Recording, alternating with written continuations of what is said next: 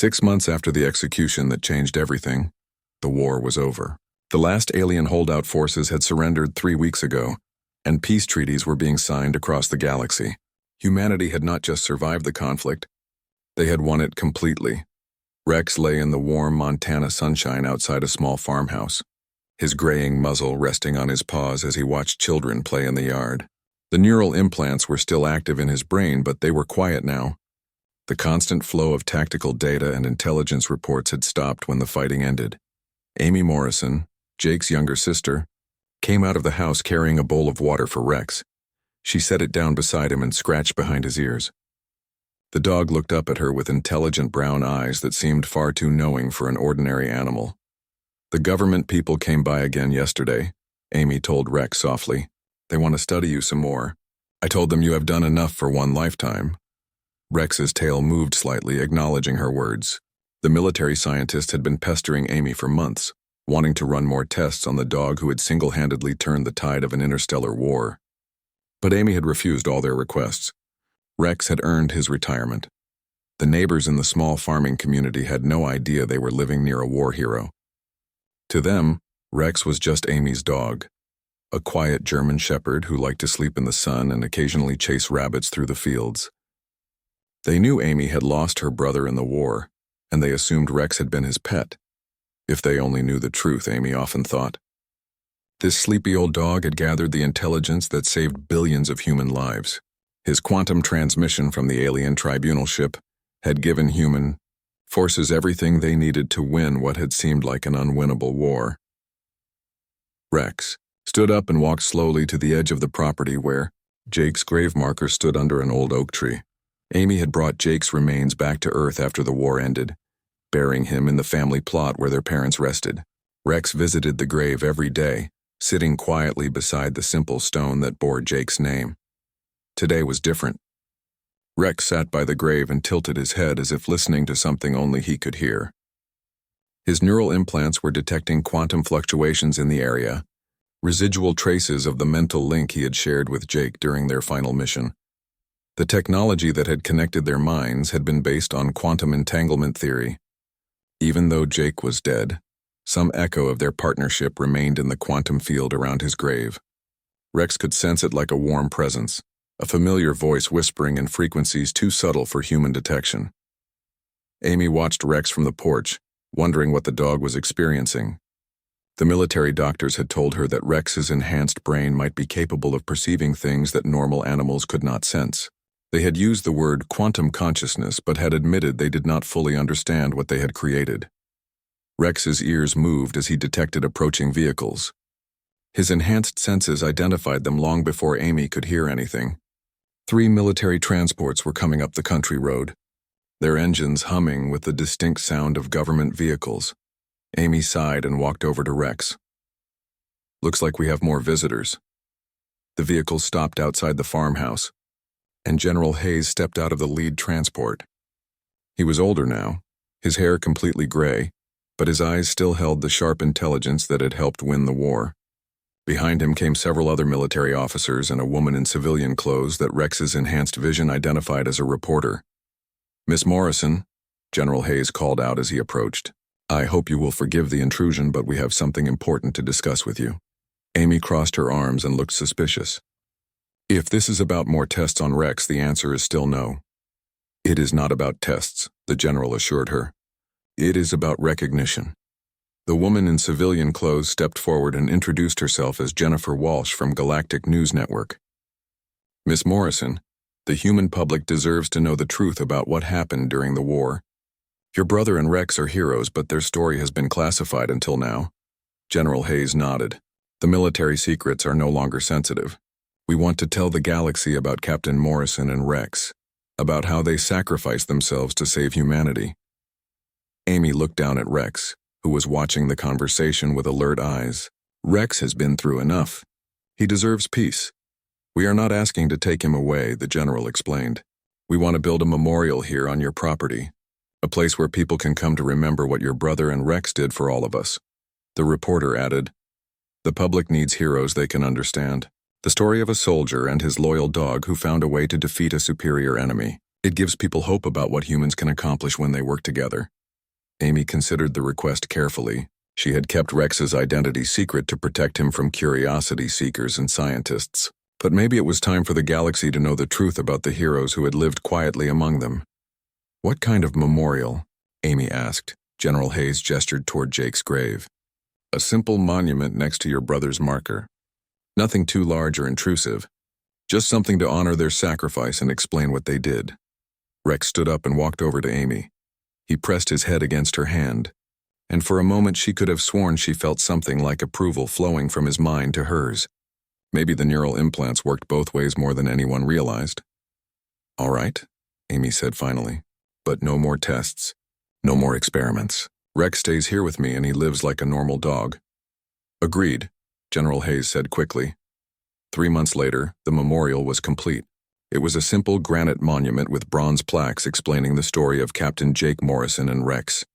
The inscription read, "In memory of the human and his dog who showed the galaxy that loyalty, courage and love can overcome any enemy." The memorial attracted visitors from across human space, and even from some of the alien worlds that had once been enemies. They came to pay their respects to the unlikely heroes who had changed the course of history. Rex tolerated the visitors with patience, though he preferred the quiet times when he could sit alone by Jake's grave. Amy noticed that he seemed more peaceful now that the story was public. Perhaps keeping such important secrets had been a burden for his enhanced mind. On quiet evenings, Amy would sit on the porch and watch Rex lying by the memorial. Sometimes she thought she could see 2 shadows by the grave instead of 1. The quantum connection between Jake and Rex might be invisible to human eyes, but it was still there, still binding them together across the barrier of death. The war was over, but its lessons remained. Humanity had learned that their greatest strength was not their technology or their weapons. It was their ability to form bonds with other living beings, to create partnerships based on trust and loyalty that could overcome any obstacle. Rex lived for 3 more years after the memorial was built. Dying peacefully in his sleep at the age of 10, Amy buried him next to Jake's grave and the government added his name to the monument. The inscription now read, "Captain Jake Morrison and Rex, partners in life and death, saviors of humanity." The story of the soldier and his dog became legend throughout human space and beyond. Children learned about their sacrifice in school. Military academies taught courses on their tactical innovation. Even former enemy species studied their methods as examples of creative problem solving. But for Amy, the most important part of their legacy was simpler. Rex had shown the galaxy that intelligence and technology were not enough to win a war. Victory required something deeper, the unbreakable bond between beings who trusted each other completely. On clear nights, Amy would sometimes hear a sound like distant howling carried on the wind. The neighbors assumed it was wild dogs in the mountains. But Amy knew better.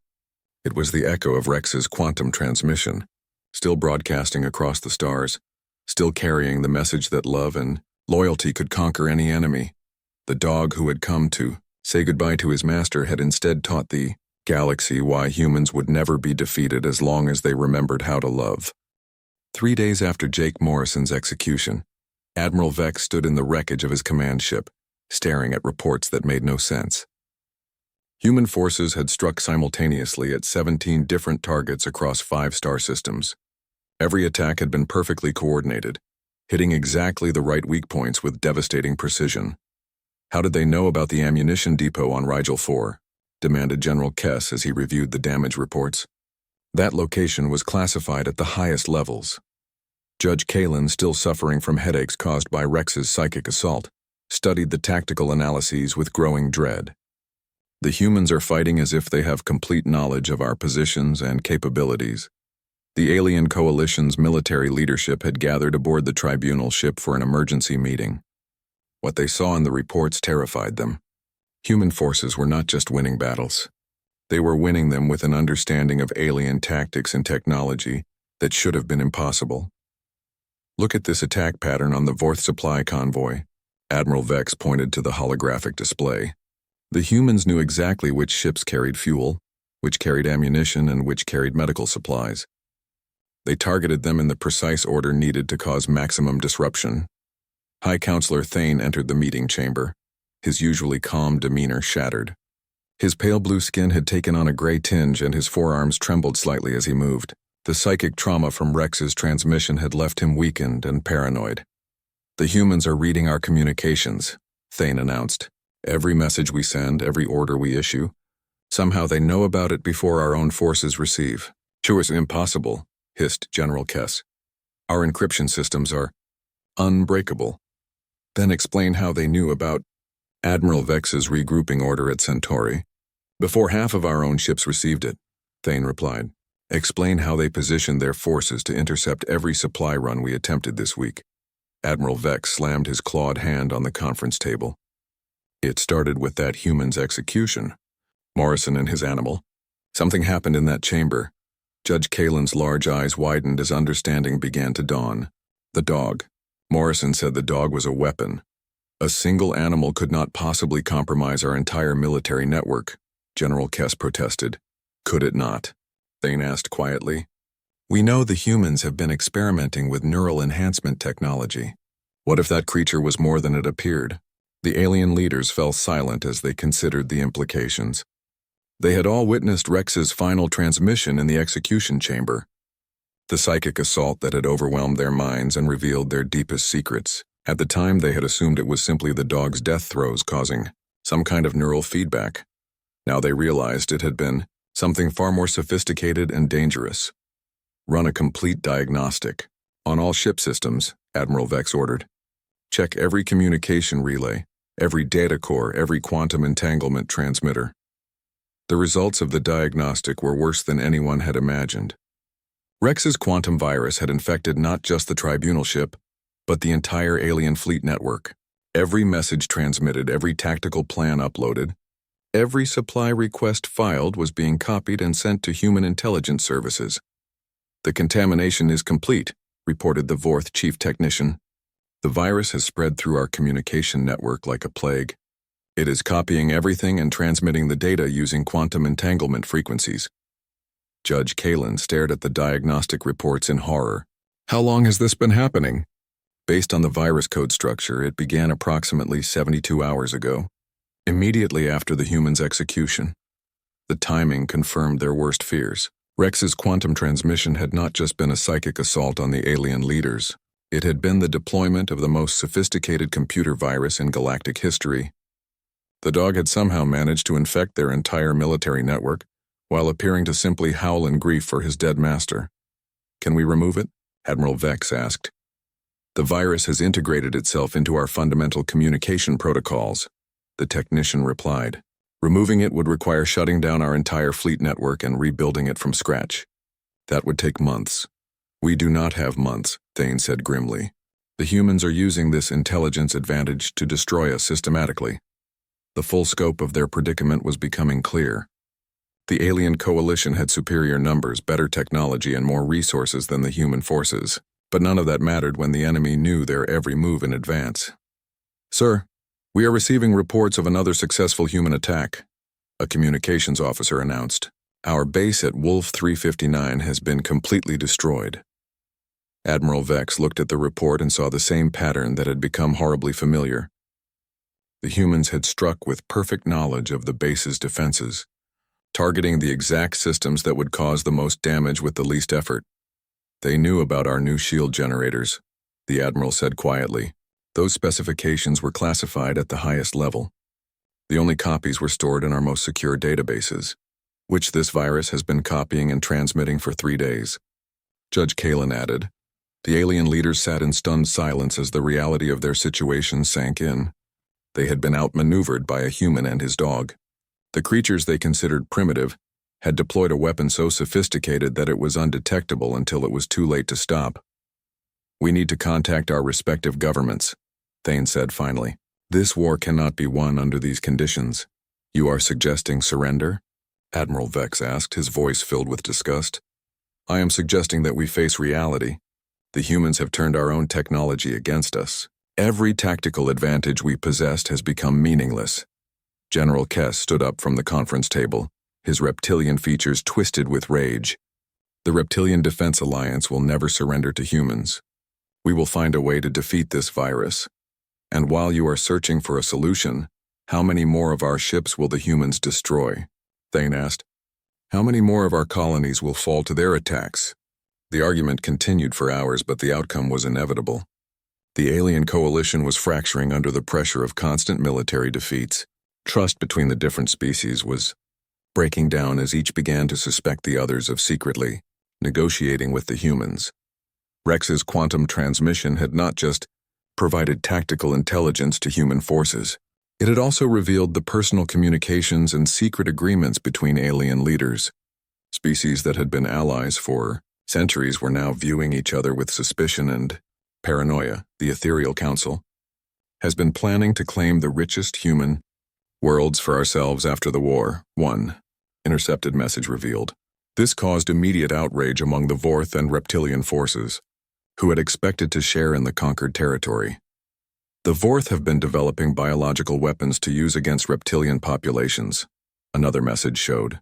This intelligence caused the reptilian government to begin secret peace negotiations with human diplomats. Within a week of Rex's transmission, the alien coalition was in complete disarray. Military defeats combined with political revelations had shattered the unity that had made their victory seem inevitable. Admiral Vex watched his fleet dissolve around him as ship after ship either surrendered to human forces or defected to join other species' fleets. The great alliance that was supposed to eliminate humanity forever was dying, killed by the intelligence gathered by a single enhanced dog. How did we underestimate them so completely? Judge Kalen asked as she reviewed the final damage reports. We assumed that humans were like us, Thane replied. We thought they would fight the way we fight, using the weapons we understand. We never imagined they would turn our own certainties against us. The revelation that Rex had been a weapon rather than a pet changed everything the aliens thought they knew about human capabilities. If humans could create such sophisticated biological intelligence tools, what other surprises were they hiding? The war that had begun with alien confidence in their superiority was ending with the complete collapse of their military alliance, all because one human soldier and his enhanced dog had found a way to turn their greatest strength into their ultimate weakness. 3 star systems away from the tribunal ship, Lieutenant Sarah Davis was monitoring the deep space communication array when Rex's quantum transmission hit her enhanced brain like lightning. She had been one of the first volunteers for the Human Psychic Enhancement Program, her neural implants allowing her to receive encrypted quantum signals across vast distances. The transmission lasted only seconds, but it felt like hours. Sarah's consciousness was flooded with tactical data, ship schematics, battle plans, and intelligence reports. Her enhanced brain automatically processed and categorized the information, while her hands moved across her control panel, relaying everything to human military headquarters. Command. This is Deep Space Station 7. Sarah spoke into her communicator, her voice steady despite the incredible data flowing through her mind. We are receiving a massive intelligence download from the Morrison operation. Repeat. Captain Morrison has successfully completed his mission. At human military headquarters on Europa Base, General Hayes was in an emergency meeting when Sarah's transmission came through. The holographic displays around the conference table suddenly lit up with detailed alien fleet positions, battle plans, and classified political intelligence. My God, whispered Admiral Clark as she studied the incoming data. This is everything we need to know about their entire military structure. General Hayes stood and examined the fleet positions displayed on the main screen. Rex transmitted their complete battle formation. Look at this. They have ships positioned for simultaneous attacks on New Tokyo, Kepler Station, and the Mars colonies. The intelligence was staggering in its completeness. Rex had not just gathered basic tactical information. He had downloaded the alien coalition's entire war plan, including timetables for attacks, supply routes, command codes, and political agreements between the different species. Sir, we are receiving similar transmissions from psychic operatives in 4 other systems, reported Commander Williams. The dog's quantum broadcast reached every enhanced human within 300 light-years. General Hayes felt a mixture of grief and pride as he studied the data. Jake Morrison and his dog had given their lives to provide this intelligence, but their sacrifice had just handed humanity the greatest military advantage in the history of interstellar warfare. Send immediate orders to all fleet commanders, General Hayes commanded. Operation Reversal is now in effect. We move against their supply depots in 6 hours. The speed of the human response caught the alien coalition completely off guard. While their leaders were still recovering from Rex's psychic assault on the tribunal ship, human forces were already moving against their positions. Strike teams hit alien supply depots using the exact locations Rex had transmitted. The attacks were perfectly timed and coordinated, destroying months of accumulated supplies in a matter of hours. Without these resources, the alien offensive against human colonies became impossible. Captain Linda Martinez led the assault on the main Vorth supply base. Her ships appeared out of hyperspace at the precise coordinates Rex had provided, catching the enemy fleet completely unprepared. The battle lasted less than 20 minutes. When it was over, the Vorth had lost 3 supply ships and 2 escort vessels. "This intelligence is incredible," Martinez reported to her fleet command. "We knew exactly where their weapons were stored, where their shields were weakest, even which ships had skeleton crews. It was like fighting with perfect knowledge of the enemy." Similar victories were being reported across multiple star systems.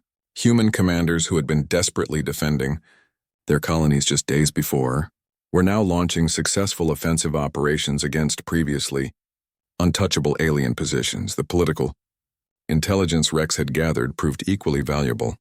The quantum transmission had revealed deep tensions between the different alien species in the coalition. Humans began exploiting these divisions immediately. Diplomatic teams contacted reptilian leaders with evidence of Vorth plans to claim the richest human worlds for themselves after the war. They shared communications showing that the ethereals considered their reptilian allies to be primitive and expendable. The carefully maintained alliance between the species began to crack under the pressure of revealed secrets, but the most important part of Rex's transmission was still unfolding. The dog's quantum broadcast had not just sent intelligence to human forces. It had also planted a virus in the alien computer networks he had accessed while imprisoned on the tribunal ship. The virus spread quietly through the alien fleet's communication systems, copying data and sending it back to human intelligence officers. Every message, every order, every strategic discussion was being monitored and analyzed by human codebreakers. Admiral Vex of the Vorth fleet tried to rally his forces for a counterattack, not knowing that humans were reading his communications in real time. His battle plans were decoded and transmitted to human commanders minutes after he issued them. "Sir, the aliens are attempting to regroup at the Centauri staging area," reported Intelligence Officer Davis as she monitored the intercepted communications. "Admiral Vex is ordering all available ships to rendezvous there within 48 hours. General Hayes smiled grimly. "Then we will be waiting for them." The human fleet moved to intercept the alien forces before they could complete their regrouping. Using Rex's intelligence about ship capabilities and command structures, the humans planned their attack to maximize damage while minimizing their own losses. The Battle of Centauri lasted 3 days and resulted in the complete destruction of the alien coalition's offensive capability. Without their supply lines, cut off from reinforcements, and facing an enemy who seemed to know their every move, the alien fleet was systematically destroyed. High Counselor Thane, still recovering from the psychic trauma of Rex's transmission, watched his carefully planned offensive collapse in real time. The ethereal leader had spent years preparing for the final assault on humanity. Now his fleets were scattered and broken, his allies were turning against each other, and his most sensitive secrets were being broadcast across the galaxy. Judge Kalen tried to maintain order on the tribunal ship, but the damage was already done. Rex's quantum transmission had shattered the alien command structure. Leaders who had trusted each other for years were now suspicious and paranoid. The coalition that had seemed unbreakable just days before was falling apart. The human victory at Centauri marked the turning point of the war. Within weeks, alien species began surrendering individually rather than continuing to fight as a unified coalition. The reptilians were the first to break ranks, followed by several smaller species who had been forced into the alliance. General Hayes stood in the command center of Europa Base, watching the reports of alien surrenders coming in from across the galaxy. The war that had seemed hopeless just a week ago was now moving toward a human victory. "Sir," Commander Williams approached with a final intelligence report.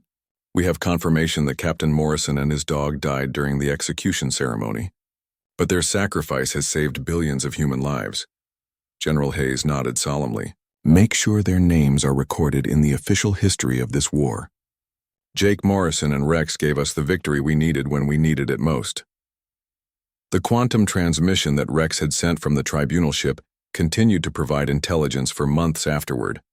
The virus he had planted in the alien computer networks kept feeding information to human forces, allowing them to stay ahead of every enemy move. Jake Morrison had died as a condemned war criminal in the eyes of the alien tribunal. But history would remember him as the human who turned defeat into victory through courage, intelligence, and the unbreakable bond between a soldier and his dog. The cell door opened just as the ship's artificial dawn cycle began. Judge Kalen entered with 4 Vorth guards, their yellow eyes gleaming with satisfaction. Today was the day they would finally see the human war criminal die. Jake sat up on his bed and looked at the aliens calmly. Rex raised his head but remained lying beside his human partner.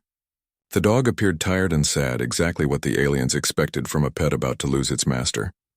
It is time, Captain Morrison, Judge Kalen announced. Are you prepared to face justice for your crimes? Jake stood slowly, his chains rattling. I am ready. One of the Vorth guards attached a leash to Rex's collar. The dog allowed himself to be led without resistance, though his enhanced brain was recording every detail of their route through the ship. He memorized guard positions, security checkpoints, and the locations of important systems. The execution chamber was larger than Jake had expected. It was a circular room with a high ceiling and walls made of polished black stone. Viewing platforms surrounded the central area where the execution would take place. Representatives from 6 different alien species had gathered to witness Jake's death. Jake recognized several important figures in the crowd. Admiral Vex of the Vorth Fleet, General Kess of the Reptilian Defense Force, High Counselor Thane of the Ethereal Ruling Council. These were some of the most powerful military and political leaders in the galaxy. Their presence here showed how important Jake's execution was to the alien coalition. A raised platform stood in the center of the chamber. On it was the execution device, a sleek metal chair with energy conduits running along its arms and back. The machine was designed to be quick and painless, delivering a precise neural shock that would stop Jake's brain functions instantly. Rex was led to a small area beside the platform where he would have a clear view of the execution. The aliens wanted the dog to watch his master die. They thought it would be a fitting end to the story of human defiance. Jake was strapped into the execution chair by the Vorth guards. The energy conduits were attached to his head and chest. He could feel the power building in the machine, ready to end his life with the press of a button. Judge Kalen stepped forward and began to read the formal charges. Captain Jake Morrison, you have been found guilty of war crimes against the Vorth Republic, the Ethereal Council, and the Reptilian Defense Alliance.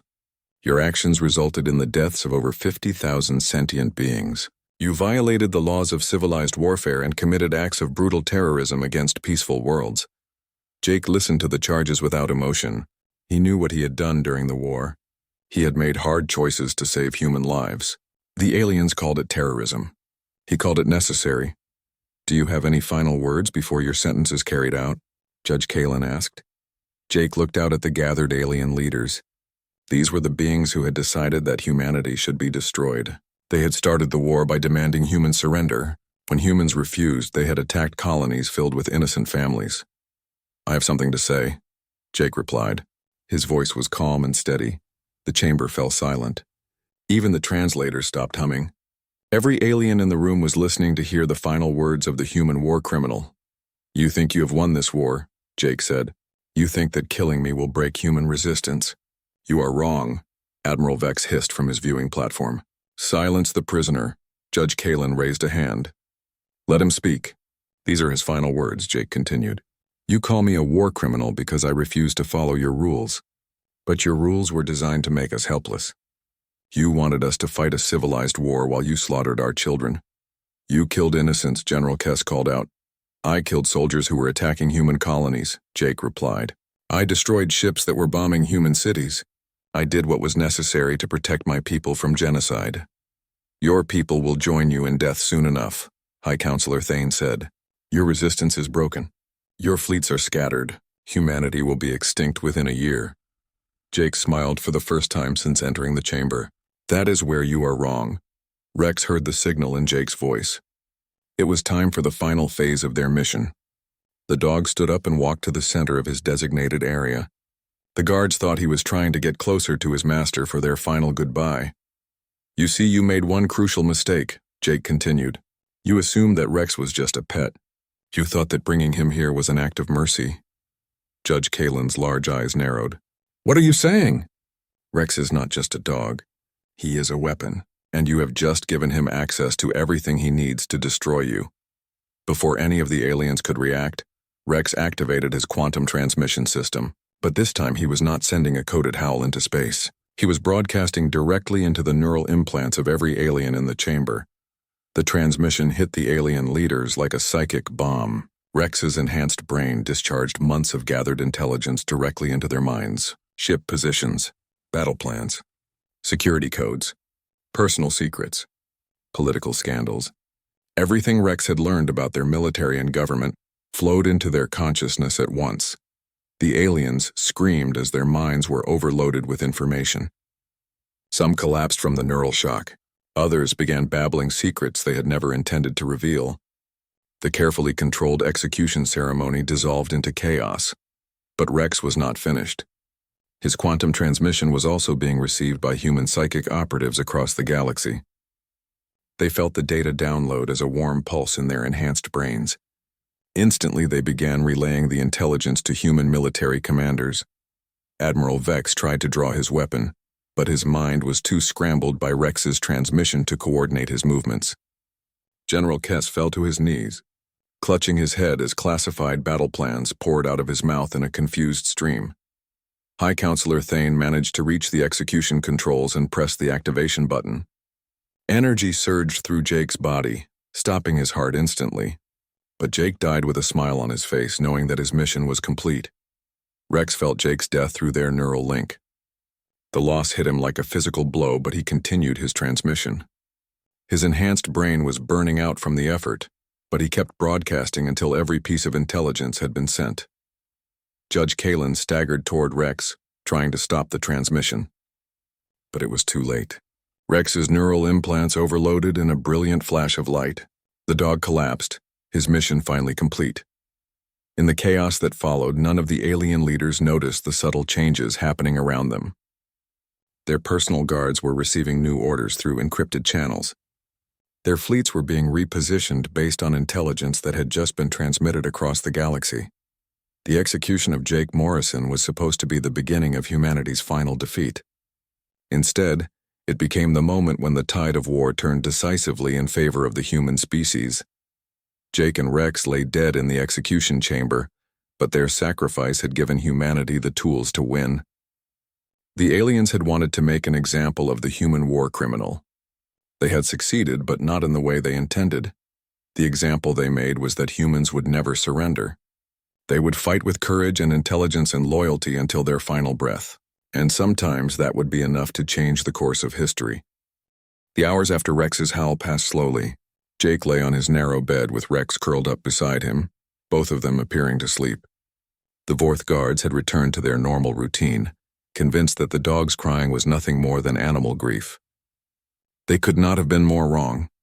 Through their shared neural link, Jake and Rex continued their silent work. Rex's enhanced senses were still gathering information about the ship. His hearing picked up conversations between guards 3 levels away.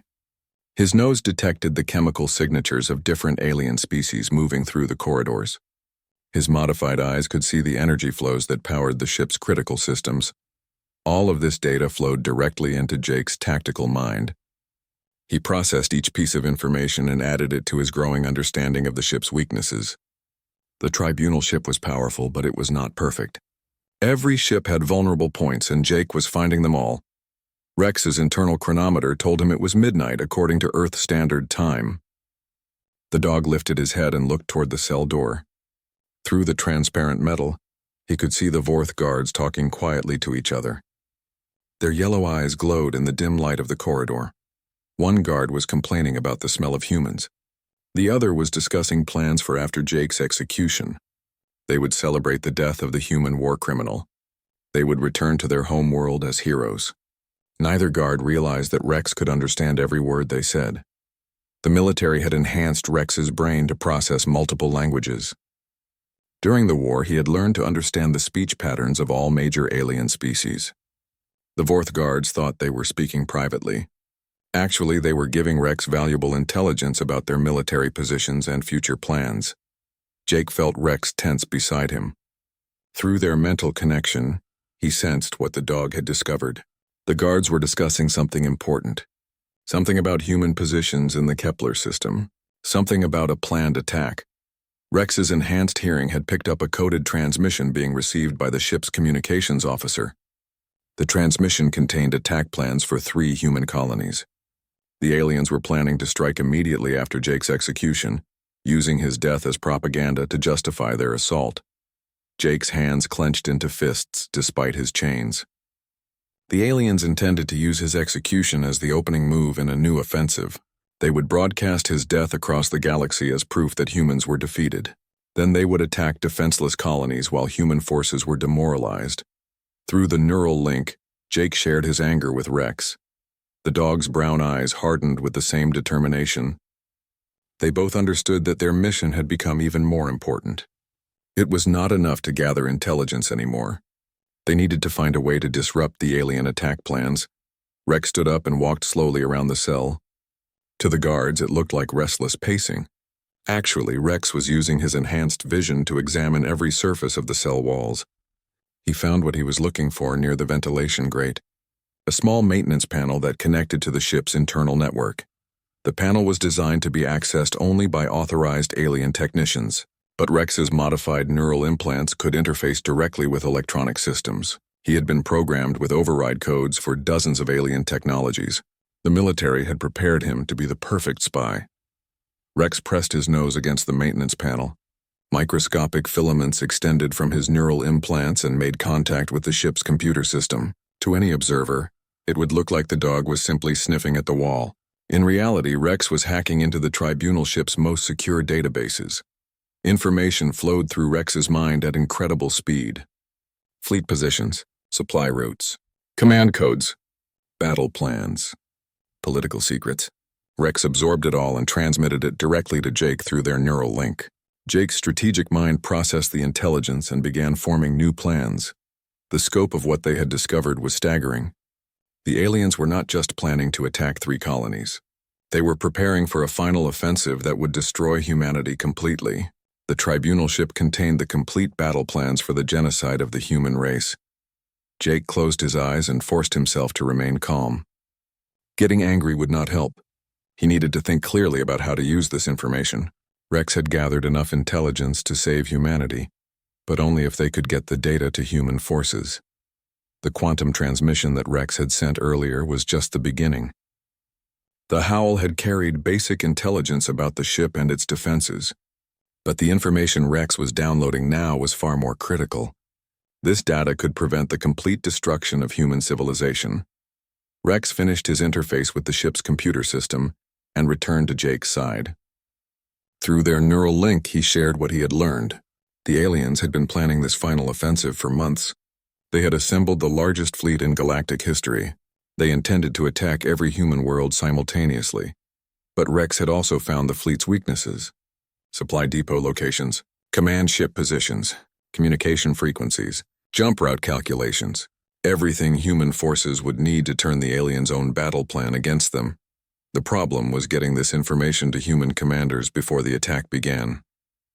Rex's quantum transmission system could only send limited amounts of data. The complete battle plans were too large to transmit in a single burst. They would need another method.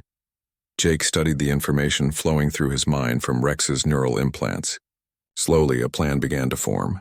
It was dangerous and would certainly result in their deaths, but it might also save every human in the galaxy. Through the neural link, Jake explained his plan to Rex. The dog listened carefully and then indicated his understanding. Rex had been trained for suicide missions. He knew the risks and accepted them without hesitation. The plan would require perfect timing. They would have to wait until they were brought to the execution chamber. The chamber would be filled with the tribunal's leadership and senior military commanders. All of the aliens responsible for planning humanity's destruction would be gathered in one place. That would be when Rex would activate the second phase of his quantum transmission system. Instead of sending a coded howl, he would broadcast every piece of intelligence he had gathered directly into the brains of human psychic operatives. The transmission would be so powerful that it would probably kill Rex instantly, but it would also give human forces everything they needed to win the war. Jake stroked Rex's fur and whispered words of gratitude that only the dog could understand through their neural connection. Rex had served with honor throughout the war. Tomorrow he would make the ultimate sacrifice to save their species. The rest of the night passed quietly. Jake and Rex lay together on the narrow bed, sharing their thoughts and memories through the neural link. They remembered better times before the war. They remembered the battles they had fought side by side. They prepared themselves for their final mission. As dawn approached, both Jake and Rex could hear increased activity in the ship's corridors. Guards were changing shifts. Officers were preparing for the execution ceremony. Alien dignitaries were arriving from other ships in the fleet. Soon the execution chamber would be filled with the most important military and political leaders in the alien coalition. They would gather to watch the death of the human they considered their greatest enemy. Instead, they would witness the transmission that would destroy them all. Jake closed his eyes and tried to rest during the final hours. Tomorrow he would die, but his death would have meaning. Rex would die too, but his sacrifice would save billions of human lives. It was a fair trade, and both of them knew it. The transport ship arrived at the tribunal ship just as Jake was eating his final meal. The food was bland and gray, some kind of alien protein paste that tasted like nothing. Jake ate it anyway because he needed his strength. Tomorrow would require everything he had. In the docking bay of the tribunal ship, alien workers unloaded Rex's transport carrier. The workers were short creatures with 6 arms and blue skin. They had never seen an Earth dog before. They handled the carrier carefully but kept their distance from it. Judge Kalen arrived in the docking bay with 2 Vorth guards. The ethereal judge looked at the carrier with curiosity. Through the clear walls, Rex could be seen lying quietly inside. The dog was awake and alert, his brown eyes taking in everything around him. "So this is the animal the human requested," Judge Kalen said. One of the Vorth guards hissed softly. "It looks weak and useless. I do not understand why humans keep such creatures." "Neither do I," Judge Kalen replied. "But we gave our word that the human could see his pet one final time." The carrier was loaded onto a transport platform and moved through the ship's corridors. Other aliens stopped to stare as it passed. Some looked confused. Others looked disgusted. None of them understood why any intelligent being would form a bond with a lower life form. Rex remained calm during the journey through the ship. His enhanced brain was recording everything he saw. The layout of the corridors, the positions of the guards, the locations of important systems. His modified eyes could see things that normal dog eyes could not see, including the energy patterns that flowed through the ship's walls. The transport platform stopped outside Jake's cell. Judge Kalen entered a code on a control panel and the cell door opened. Jake looked up from his meal as Rex's carrier was brought inside. "Your animal has arrived," Judge Kalen announced. Jake's heart jumped when he saw Rex. The dog was older now, with gray fur around his muzzle, but his eyes were still bright and intelligent. Jake had not realized how much he had missed his friend until this moment. "Can you open the carrier?" Jake asked. Judge Kalen hesitated. "The animal will not try to escape or attack." "Rex won't hurt anyone unless I tell him to," Jake said. The ethereal judge opened the carrier door. Rex stepped out slowly, his eyes never leaving Jake's face. The dog walked across the small cell and sat down next to Jake. Jake reached out with his chained hands and touched Rex's head. "Hello, old friend," Jake whispered. Rex pressed his head against Jake's hand. To the watching aliens, it looked like a simple display of affection between a human and his pet. They could not see the invisible connection that formed between Jake's enhanced brain implant and Rex's modified neural system. They could not detect the flow of information that began immediately. Jake's thoughts flowed into Rex's mind. 3 months of observations. Every detail about the ship's security systems, the guard rotations, the weak points in the ship's defenses, the political tensions between the different alien species. Rex absorbed it all and stored it in his enhanced memory. Judge Kalen watched the reunion with something that might have been pity. "You have until dawn with your animal. Then you will both be taken to the execution chamber." Both? Jake asked. Did you think we would return your pet to your people after your death? It has been contaminated by exposure to a war criminal. It will be destroyed immediately after your execution. Jake felt anger rise in his chest, but he kept his expression calm. The aliens had just made a mistake. They thought they were being thorough by killing Rex, too. Instead, they were giving Rex access to the execution chamber where the tribunal's leadership would be gathered. I understand, Jake said quietly. Judge Kalin left the cell with the guards. The door sealed shut behind them.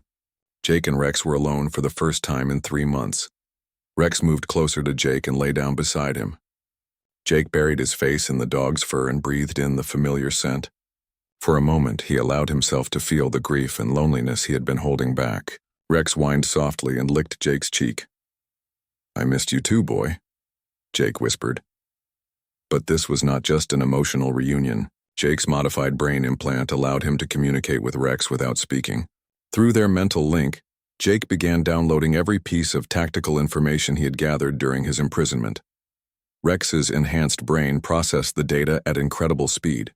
Ship layouts, security protocols, guard positions, command codes, weapon systems, political intelligence about the alien species. Everything Jake had learned was now stored in Rex's memory banks. The Vorth guards outside the cell whispered to each other about how pathetic humans were. They saw a condemned soldier saying goodbye to his pet. They did not see a tactical upload that would change the course of the war. Hours passed. Jake and Rex lay together on the small bed, appearing to sleep. Actually, Rex was using his enhanced senses to map the entire detention level of the ship. His hearing could detect conversations happening 3 decks away. His sense of smell could identify different alien species and track their movements. His modified eyes could see through walls using infrared and electromagnetic spectrums. Rex learned that there were 17 other human prisoners on this level. He mapped their cell locations and memorized their guard schedules. He identified the ship's bridge, its engineering section, and its communications center. He located the armory where the ship's weapons were stored. All of this information flowed back to Jake through their mental link. Jake's strategic mind processed the data and began forming a plan. It was not a plan for escape. Jake knew he was going to die tomorrow, but it was a plan that would make his death count for something important. As the ship's artificial night cycle began, the lights in the corridor dimmed. Most of the guards went off duty, leaving only a skeleton crew to watch the prisoners. This was the moment Jake had been waiting for. Rex lifted his head and looked at Jake. Through their mental link, Jake sent a single command. The dog understood immediately. Rex stood up and walked to the center of the cell. He sat down in a perfect military posture and tilted his head back. Then he began to howl. The sound echoed through the ship's corridors like a ghost cry. Other human prisoners heard it and began to weep, thinking it was Rex mourning for his doomed master. The alien guards were annoyed by the noise but did nothing to stop it. To them, it was just an animal making meaningless sounds. They were wrong. Rex's howl carried encoded quantum frequencies that only human technology could detect. Hidden in the sound waves were detailed ship schematics, guard rotations, weapon positions, and political intelligence. The howl lasted for exactly 3 minutes and 17 seconds, then stopped. Somewhere in space 3 star systems away, a human listening post received Rex's transmission. Officers stared at their instruments in amazement as terabytes of intelligence data flowed through their computers. They had been expecting a simple goodbye message from a condemned soldier. Instead, they received the most detailed military intelligence of the war. Back in the cell, Rex returned to Jake's side and lay down. The dog appeared tired from his howling, but his eyes remained alert and focused. Through their mental link, Jake felt Rex's satisfaction. The first part of their plan was complete. Jake stroked Rex's fur and whispered words of praise that only the dog could hear through their neural connection. Tomorrow they would both die in the execution chamber. But their deaths would not be meaningless. They would be the beginning of humanity's final victory in this war. The alien guards never suspected that they had just witnessed the most successful intelligence operation in human history. To them, it had been nothing more than a dog crying for his master. Commander Lisa Parker was drinking her morning coffee when the strange message came through. She was sitting in her office aboard the human diplomatic ship Peacekeeper, going through the daily reports from various alien worlds. The coffee was terrible, made from synthetic beans, but it was hot, and it helped her wake up. The communication system beeped 3 times, which meant it was an urgent message from an official source. Lisa set down her coffee cup and pressed the accept button. The holographic display showed the symbol of the Galactic Court. A voice spoke in clear English, but Lisa could tell it belonged to an alien. "Commander Parker, this is Judge Kalin of the Galactic Tribunal. We have received an unusual request from the condemned human Jake Morrison. He wishes to see his animal companion before his execution tomorrow morning." Lisa sat up straight in her chair. She knew Jake well. They had served together 5 years ago before the war started. He had been a good soldier and a good man. She had tried to save him from the court, but the aliens wanted blood for what happened during the war. "What kind of animal?" Lisa asked. "The human called it a dog, a German shepherd named Rex. We require this animal to be brought to our tribunal ship within 12 hours if you wish to grant this request." Lisa's hands went cold. She knew about Rex. She knew about the special project that had created him. Rex was not just any dog. He was part of a secret program that only a few humans knew about. The military had put special devices in his brain that made him much smarter than a normal dog. They had taught him to work with human soldiers in ways that other animals could not. "I need to check our records to locate this animal," Lisa said. "You have 6 hours to respond," the alien voice said. "If you cannot produce the animal by then, the request will be denied." The communication ended. Lisa stared at the blank holographic display for several seconds. She was thinking hard about what Jake might be planning. He was too smart to ask for something simple. There had to be more to this request than just wanting to say goodbye to his pet. Lisa pressed a button on her desk. "Get me General Hayes on a secure channel." It took 15 minutes for the connection to go through. General Hayes appeared on the holographic display. He was an older man with gray hair and tired eyes. The war had been hard on everyone, but especially on the people who had to make the big decisions. "Lisa, what can I do for you?" the general asked. "Sir, I just received a request from the Galactic Court. Jake Morrison wants to see his dog Rex before his execution tomorrow." General Hayes was quiet for a moment. Lisa could see him thinking. "Rex? Are you sure that's what he asked for?" "Yes, sir. The aliens want us to transport Rex to their tribunal ship within 12 hours. Do they know what Rex really is?" "I don't think so, sir. They seem to think he's just a pet." General Hayes rubbed his forehead with one hand. "Jake is planning something. He wouldn't ask for Rex unless he had a good reason. The question is, what is he thinking? Should I authorize the transport?" Lisa asked, "Where is Rex now?" Lisa checked her computer files. "He's at the military base on Kepler Station. He's been in care there since Jake was captured." "How is his condition?" "According to the reports, he's healthy but depressed. The handlers say he keeps waiting for Jake to come back." General Hayes was quiet for a long time. Lisa could see him weighing the options. Finally, he nodded. "Authorize the transport. If Jake has a plan, we need to trust him. He's our best tactical mind, even if he is about to die for it." "Yes, sir," Lisa said. "And Lisa, make sure Rex gets there safely. That dog might be more important than we realize." The communication ended. Lisa immediately started making the arrangements. She sent orders to Kepler Station to prepare Rex for immediate transport. She arranged for a fast ship to carry the dog to the tribunal ship. She made sure the dog would have everything he needed for the journey. While she worked, Lisa thought about Jake and Rex. She remembered seeing them together during the war. Jake had always treated Rex like a partner, not like a pet. The dog seemed to understand everything Jake said, even complex military plans. Sometimes Lisa had wondered if Rex was smarter than some of the human soldiers. The transport ship was ready in 4 hours. Lisa went to the docking bay to see Rex off.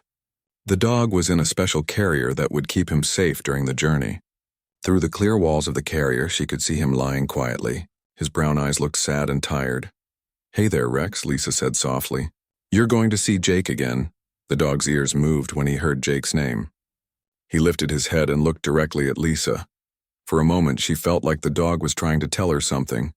His eyes seemed to hold intelligence that went beyond what any normal animal should have.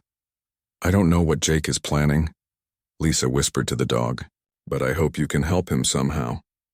Rex made a soft sound, almost like he was agreeing with her. Then he lay his head back down and closed his eyes. The transport ship left 30 minutes later. Lisa watched it disappear into space through the docking bay window. She wondered if she would ever see Rex again. She wondered if Jake's plan, whatever it was, would work. Back in her office, Lisa tried to focus on her other work. But she kept thinking about Jake and Rex. The aliens thought they were just granting a simple final request. They thought a human soldier wanted to say goodbye to his pet. They had no idea what Rex really was or what he might be capable of doing. Lisa had read Rex's file when she arranged the transport. The things the military had done to that dog's brain were incredible. They had given him the ability to remember everything he saw or heard. They had taught him to understand complex ideas and plans. Most importantly, they had created a mental link between Rex and Jake that worked even over long distances. If Jake was planning something, Rex would be able to help him in ways the aliens could never imagine. The dog might look like a simple animal, but his enhanced brain could process information as well as any computer, and his loyalty to Jake was absolute. Lisa looked out her office window at the stars. Somewhere out there, Jake was sitting in his cell waiting to die. Soon Rex would be with him for what might be their last night together. She hoped Jake knew what he was doing. She hoped his plan would work. The next few hours would determine whether Jake Morrison died as a war criminal or whether he found a way to strike one final blow against the aliens who had condemned him. Either way, Lisa knew that Rex would be by his side until the very end. Jake Morrison sat on the cold metal floor of his cell. The walls were gray and smooth, made from some alien material he did not recognize. His hands were locked in heavy chains that glowed with a soft blue light. The chains were not just metal. They had some kind of energy field that made his arms feel heavy and weak. Outside his cell, 2 guards stood watching him. They were tall creatures called the Vorth. Their skin looked like green leather and their eyes were yellow like a snake. They had long tails that moved back and forth as they walked. Jake had learned to hate those yellow eyes during his 3 months in this place. The Vorth guards whispered to each other in their hissing language. Jake could not understand their words, but he knew they were talking about him. They always talked about him. To them, he was the human monster who had killed thousands of their people. They wanted to see him die. Jake looked at the small window in his cell. Through it, he could see stars. Somewhere out there was Earth. Somewhere out there was home. But he would never see it again. Tomorrow morning, the alien court would kill him for his crimes. The door to his cell opened with a soft sound. A new alien walked in. This one was different from the Vorth guards. It was tall and thin with pale blue skin that seemed to glow. Its head was larger than a human head and it had 4 arms instead of 2. This was one of the Ethereals, the aliens who ran the galactic court. The Ethereal spoke in perfect English. Its voice sounded like music, but Jake found no beauty in it. Captain Morrison, I am Judge Kalen. I have come to ask if you have any final requests before your execution tomorrow. Jake looked up at the alien judge. He had been thinking about this moment for weeks. There was only one thing he wanted. Only one thing that mattered to him now. I want to see my dog, Jake said. The Ethereal's large eyes blinked slowly. Your dog? His name is Rex. He is a German Shepherd. He served with me in the war. Judge Kalen tilted its head to one side. You wish to see an animal before you die? Yes. This is a strange request, human. We are preparing to execute you for terrible crimes against 3 species. You killed thousands of beings. You destroyed entire cities. And your final wish is to see a pet? Jake met the alien's gaze without fear. Rex is not just a pet. He is my partner. He saved my life many times during the war. If I'm going to die tomorrow, I want to see him one more time. The ethereal judge studied Jake for a long moment. Your species is truly puzzling. You form emotional bonds with creatures that cannot even speak your language. It shows how primitive you still are.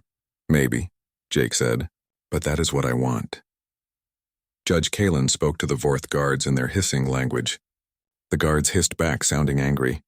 Jake could tell they did not like his request. They probably thought it was a waste of time.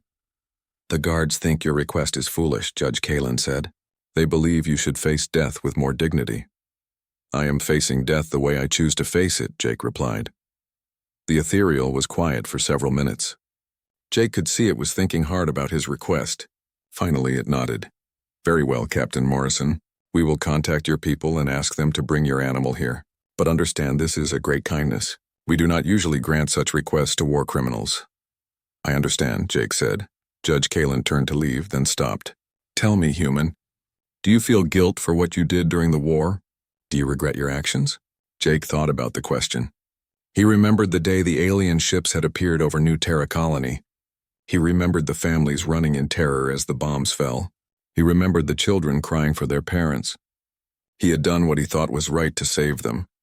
"I regret that the war happened at all," Jake said finally.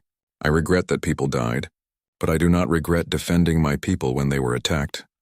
Even though your methods violated every law of civilized warfare, your people made those laws without asking us. You decided what was civilized and what was not. Then you expected us to follow your rules while you killed our families." The ethereal's blue skin grew slightly darker. Jake could tell it was angry. "We offered your species a chance to join the galactic community peacefully. You chose violence instead. You offered us slavery with a pretty name," Jake said. "You wanted us to give up our independence and follow your orders.